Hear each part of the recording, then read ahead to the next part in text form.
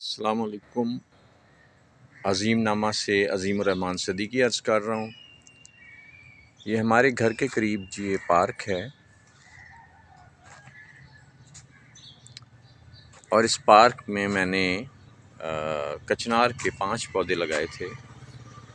تو یہ دیکھیں جی، ماشاءاللہ ایک پودا یہ اور یہ پودا، ماشاءاللہ یہ دونوں تیزی سے بڑھ رہے ہیں، لیکن 3 پودے جو ہے نا جی وہ اکھاڑ لیے گئے، وہ ضائع ہو گئے کیونکہ لوگ قدر نہیں کرتے۔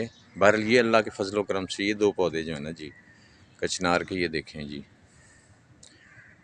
بڑی تیزی سے ماشاءاللہ یہ بڑھ رہے ہیں اب، اور امید ہے اللہ کے فضل و کرم سے کہ یہ 1 سال میں جو ہے نا جی 1 سال بعد اس میں کچنار کے کلیاں پھول وغیرہ بھی لگیں گے۔ یہ دیکھیں جی، یہ بڑی خوشی ہو رہی ہے۔ انسان جب پودا لگائے نا خود اور وہ بڑا بھی ہو، انسان کو بڑی خوشی ہوتی ہے، جیسے مجھے بڑی خوشی ہو رہی ہے۔ یہ دیکھیں یہ 2 پودے لگے ہوئے ہیں، تو ابھی میں اور لگاؤں گا انشاءاللہ تعالی۔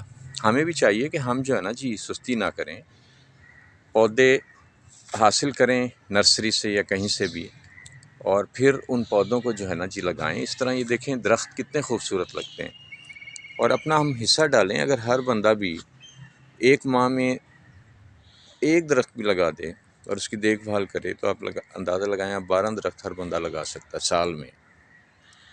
تو اس طرح کتنے درخت لگ سکتے ہیں، اور کتنا اس کا اجر و ثواب ہے۔ یہ دیکھیں یہ بھی کسی نے لگایا ہے جی، یہ نیم کا، اور یہ بھی بڑا ہو گیا، یہ کسی نے رضاکارانہ طور پہ لگایا۔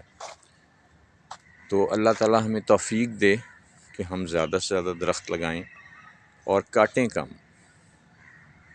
کیونکہ میں نے یہ دیکھا کہ لوگوں کو درخت کاٹنے کا بڑا شوق ہے۔ تھوڑا سا کوئی مسئلہ ہوا درخت کاٹنے پہ تیاری کر لیتے ہیں۔